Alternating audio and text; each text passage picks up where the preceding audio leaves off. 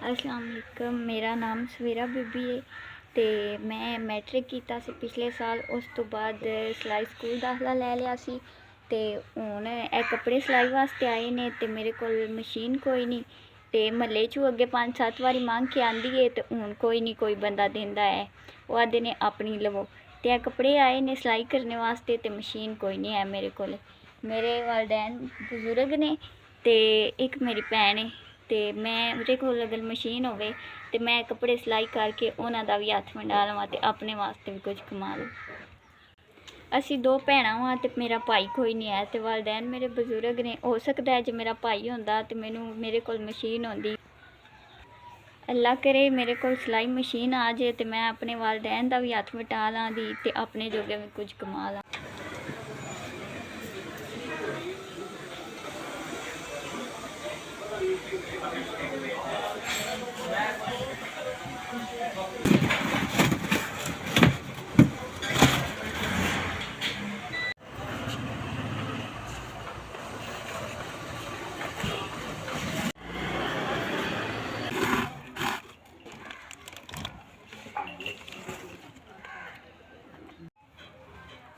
जी बड़ी बड़ी मेहरबानी। 15,000 की मशीन है तो मोटर आ गई है तो हुण मैं अपनी मशीन ते कपड़े सिलाई करां दी।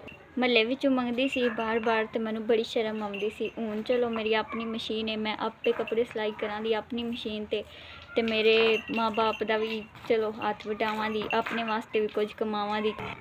6 महीने हो गए सी मैं सिलाई की जाच सीखी हाँ, पर मेरे को मशीन नहीं सी है जिहदी वजह तो मैं कपड़े नहीं सी सिलाई कर सकती।